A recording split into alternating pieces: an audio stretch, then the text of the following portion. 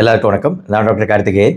சத்குரு ஜக்கி வாசுதேவ் அவர்களுக்கு என்ன ஆச்சு, தலையில் எதற்காக சர்ஜரி பண்ணப்பட்டது அப்படிங்கிற கேள்வி பொதுமக்களுக்கு எழும் அப்படிங்கிறதுக்காகவே இந்த சர்ஜரியை பண்ண அப்பல்லோ இந்திரபிரஸ்தா மருத்துவமனை நிர்வாகம் வெளியிட்ட ப்ரெஸ் ரிலீஸ் செய்தி குறிப்பு அப்படிங்கிறது என்கிட்ட இருக்குது. இந்த ஒரிஜினலாக இவங்க தான் ட்ரீட் பண்ணாங்க. என்ன மெடிக்கல் ஹிஸ்ட்ரி அப்படிங்கிறத தெளிவாக கொடுத்துருக்குறாங்க. இதை நான் உங்களுக்காக சொல்கிறேன். ஃபஸ்ட்டு புரிதலுக்காக இப்போது மகா சிவராத்திரியான 8வது மார்ச் இந்த மகா சிவராத்திரி நடக்கிறதுக்கு சரியாக 2 வாரம் முன்னாடி இருந்து அவருக்கு கடுமையான தலைவலிகள் இருந்திருக்குது. அவருக்கு இந்த தலைவலிகள் அப்படிங்கிறது சிவியர் பயங்கரமான தலைவலி இருந்திருக்கு. அப்படின்னா கிட்டத்தட்ட 20 பிப்ரவரியிலேருந்து அவருக்கு தலைவலி இருக்கிற மாதிரி இந்த குறிப்பில் இருக்கு. இப்போது இவ்வளோ தலைவலி இருந்தாலுமே அவரோட ரொட்டீன் ஆக்டிவிட்டீஸை அவர் கண்டினியூ பண்ணிட்டு தான் வந்திருக்கிறார். இன்ஃபேக்ட் அந்த மகா சிவராத்திரிக்கே தேவையான அரேஞ்ச்மெண்ட்ஸு எல்லாமே அரேஞ்ச் பண்ணுறது அவர் தான் பண்ணி ஆகணும். இது எல்லாமே ரொம்ப இன்ட்ரெஸ்டாக சூப்பர்வைஸ் பண்ணி பார்த்துருக்கிறாரு.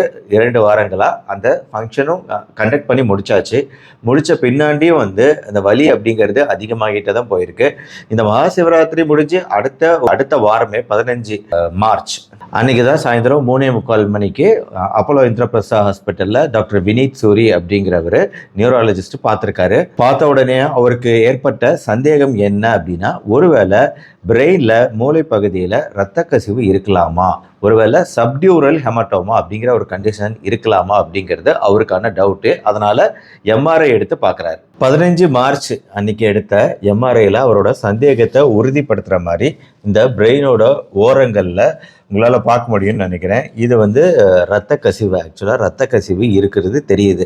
இது இப்போ ஃப்ரெஷ்ஷாக 24 to 48 மணி நேரத்துக்குள்ளே வந்த இரத்த கசிவு. இதுக்கு முன்னாடியும் நிறைய இரத்த கசிவு இருந்ததுக்கான அடையாளமும் அங்கே தெரியுது. அந்த இரத்த கசிவோட நேரம் அப்படிங்கிறது கிட்டத்தட்ட 3 to 4 வாரங்களாக மூளைக்குள்ளார அந்த சிறிதான இரத்த கசிவு அப்படிங்கிறது கொஞ்சம் கொஞ்சமாக இருந்துக்கிட்டே இருக்கிறது ஸ்கேன்ல தெரியுது. அதனால இமீடியட்டாக ஹாஸ்பிட்டலில் அட்மிட் ஆகணும். இமீடியட் ஹாஸ்பிட்டலைசேஷன் முக்கியம். இமீடியட்டாக சர்ஜிக்கல் இன்டர்வென்ஷன், சர்ஜரி பண்ணுறது பெஸ்ட்டுன்னு சொல்லியுமே அவர் ஒரு முக்கியமான மீட்டிங் இருக்குது அடுத்து அப்படிங்கிற சொல்லி 16 அந்த ஒரு இந்தியா டுடே கான்க்ளேவ் மீட்டிங் இருந்துச்சு தெரியுங்களா. அதில் பார்ட்டிசிபேட் பண்ணணும் அப்படிங்கிறதுனால என்னோட 40 வருட வாழ்க்கையில் இது வரைக்கும் ஒரு மீட்டிங் கூட நான் தவற விட்டதே கிடையாது. இதை மிஸ் பண்ண முடியாதுன்னு சொல்லிட்டாரு. அதனால அந்த மீட்டிங் அட்டன் பண்ணுறதுக்காக வலி நிவாரண மாத்திரைகள் மட்டும் அவருக்கு கொடுக்கப்பட்டது. அதை மட்டும் அவர் வாங்கிட்டு அந்த மீட்டிங்கை அட்டன் பண்ணிட்டாரு. ஆனாலுமே 16 மார்ச் மீட்டிங் முடிஞ்ச பின்னாடியும் பயங்கரமான தலைவலி. அது மட்டும் இல்லாமல் சிம்டம்கள், அறிகுறிகள் தீவிரமாவதே உணர முடிஞ்சிருக்கு. அவரை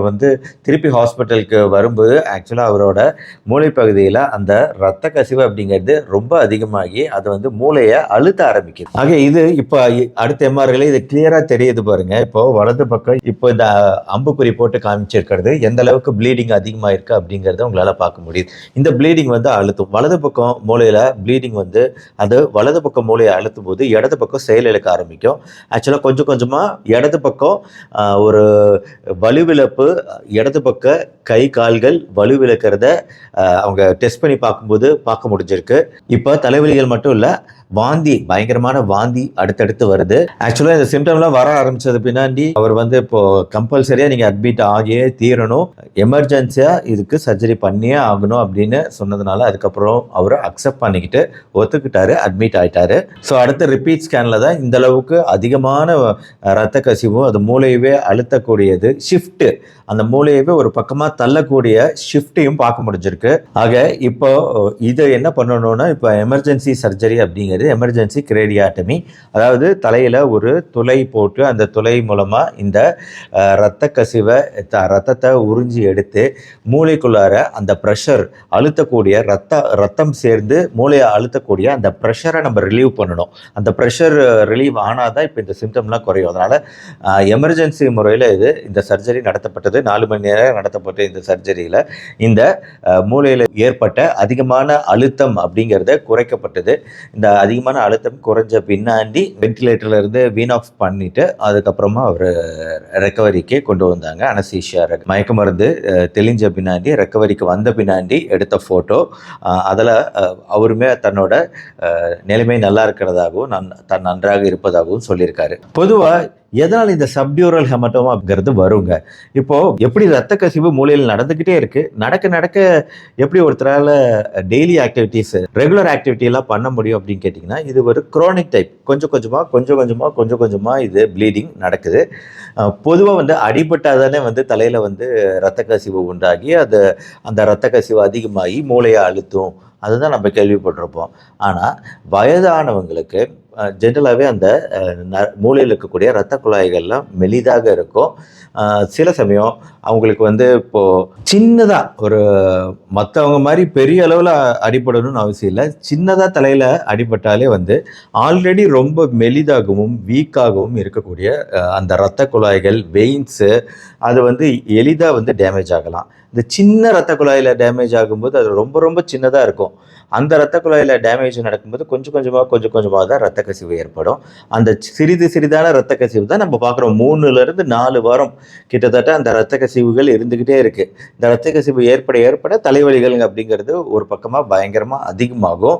சிவியரான தலைவலி இருக்கும். இது மற்ற தலைவலிகளுக்கும் இதுக்கும் நிறைய வேறுபாடுகள் இருக்குது. அதாவது மைக்ரைன் தலைவலிகளாகட்டும், இல்லை சாதாரணமாக நம்மளுக்கு சளி சைனஸ் தொந்தரவுனால வரக்கூடிய தலைவலியாகட்டும், இதுக்கும் சப்டியூரல் ஹெமட்டோமாவுக்கும் நிறைய டிஃப்ரென்ஸ் இருக்குது. சப்டியூரல் ஹெமட்டோமாவோட ரத்த கசிவோட தலைவலிங்கிறது எப்படி ஹார்ட் அட்டாக் பெயின், இதே மாரடைப்பு வலிங்கிறது எந்த அளவுக்கு அதிகமாக இருக்கும், யானை நம்ம நெஞ்சு மேலே ஏறி மிதிச்சா எப்படி இருக்கும் அப்படின்னு நான் சொல்லியிருக்கேன். அதே மாதிரி ஒரு தீவிரம் இந்த தலைவலியில் இருக்கும், சப்டியூரல் ஹெமட்டோமா தலைவலியில் இருக்கும். இப்போது எல்லாருக்கும் இந்த ரிஸ்க் இருக்கா வயதானவங்களுக்குன்னு கேட்டிங்கன்னா, பொதுவாக இருக்குது. பட் எல்லாருக்கும் கொஞ்சம் இருக்குது. ஆனால் சில பேருக்கு அதிகமாக இருக்குது இந்த ரிஸ்க்கு வயதானவங்களில். யாருக்குன்னா வயதானவங்க இந்த ரத்தம் உறைதல் குறைபாடு இருக்கிறவங்க, அதுக்குரிய மாத்திரைகள் சாப்பிட்றோன்னு வைங்களேன். இப்போ பிபி இருக்குது, சுகர் இருக்குங்கிறதுக்காக நம்ம ரத்தம் உறைதல் தன்மையை குறைக்கக்கூடிய மாத்திரைகள் சாப்பிடுவோம்.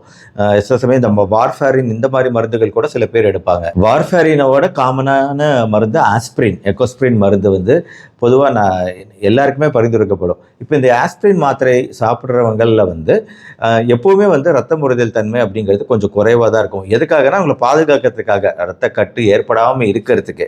இந்த ரத்தக்கட்டு ஏற்படாமல் இருக்க நம்ம இதயத்தை பாதுகாக்கிறோம். அதே சமயம் இன்னொரு ரிஸ்க் இருக்குது. இந்த ரத்தக்கட்டு ஏற்படாமல் இருக்கணும்னா ரத்தம் உறைதல் தன்மையை குறைக்கணும். அதனால் ரத்தம் உறைதல் தன்மை குறைக்கக்கூடிய மருந்துகள் நம்ம சாப்பிடும்போது இந்த மாதிரி மூளை பக்கம்லாம் தலைப்பக்கம்லாம் சின்னதாக ஒரு அடிபட்டு அந்த இடத்துல ரத்த கசிவு இருக்குன்னா, நம்மளுக்கு ரத்தம் உறைதல் தன்மை நல்லா இருக்குன்னா உடனே அந்த ரத்தம் உடனே உறைஞ்சி சீக்கிரம் சரியாயிடும். அது நடந்த சுவடே தெரியாது. ஆனால் இப்போ நம்ம மருந்துகளில் இருக்கும்போது இந்த ரத்தம் உறைதல் தன்மை குறையும் போது கொஞ்சம் கொஞ்சமாக ரத்த கசிவுங்கிறது அதிகமாகிட்டு போகுது.